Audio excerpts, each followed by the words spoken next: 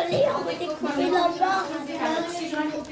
Dans Alice au pays des merveilles, voilà que sur une petite bouteille est écrit « Bois-moi ». Et Alice boit. Et ce qui devait arriver arriva, la suite d'une histoire abracadabrante. Alors je vous dis, écoutez-moi, prenez ce risque. Est-ce un ordre, une supplique?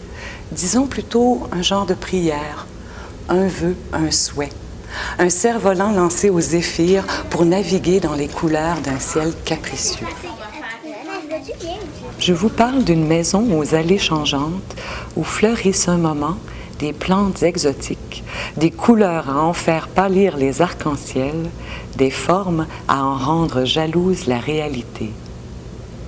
C'est une maison où s'abritent des choses dessinées, façonnées, sculptées, assemblées, fabriquées de mains d'hommes, de cœurs d'hommes. Le musée d'art se veut un espace accueillant où les rêves peuvent tenir, un endroit où, avec un peu de chance, on rencontre l'autre et l'on se précise soi. Le musée est au bout de vos pas. Nous vous y attendons avec patience, puisque l'attente fait aussi partie de cette joie-là, celle de partager une très jolie histoire. Il était une fois. Voici quelques images où nous jouons, les souliers pleins de nos chemins respectifs, partageons quelques pas en ces pays étranges où nous échangeons quelques mots comme des billes précieuses. L'on ne s'étonnera pas, en quittant les lieux, que nos poches en soient devenues plus lourdes. Super plaisir! Ces images ont été prises lors de l'exposition Alfred Pellan, La modernité, qui soulignait l'apport de cet immense artiste à notre histoire de l'art.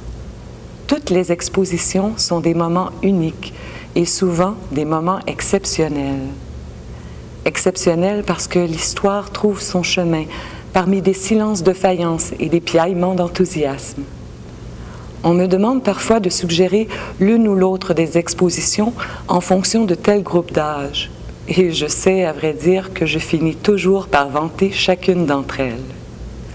Les rendre accessibles à tous est pour nous une préoccupation constante, un joyeux défi. Le programme scolaire vise en quelque sorte à imaginer des rites d'apprivoisement. Créer des liens, dirait un certain renard au Petit Prince. Nous favorisons le jeu. Pour l'exposition Pellan, il s'agissait d'offrir un cadeau à une œuvre. Il y avait une pomme rouge, une plume noire, un papillon bleu, un unique gant de cérémonie, un chaton docile taillé dans un tissu. On a parfois déposé la pomme avec ses sœurs, dans ce tableau plus que dans tous les autres. On l'a offert au saltimbanque rigolo avec ses 3 paires d'yeux et ses 3 bouches gourmandes, parce que, sans doute, avait-il 3 estomacs affamés. On a donné la plume noire à la dame mélancolique pour chatouiller sa tristesse. On l'a aussi remis au crâne squelettique, parce qu'il avait dû être un pirate au long cours et qu'une plume devait alors orner son tricorne de corsaire. Le papillon s'est déposé dans les cheveux d'une triste ou d'une douce, ou encore s'est niché entre les 2 pans du collet de ce jeune comédien. Ça s'appelle bien un nœud papillon, non?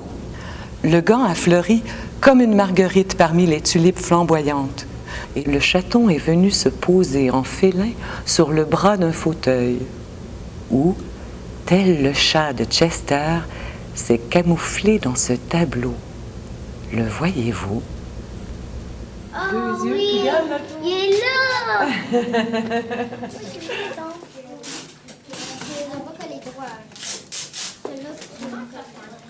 Non, c'est bien fait.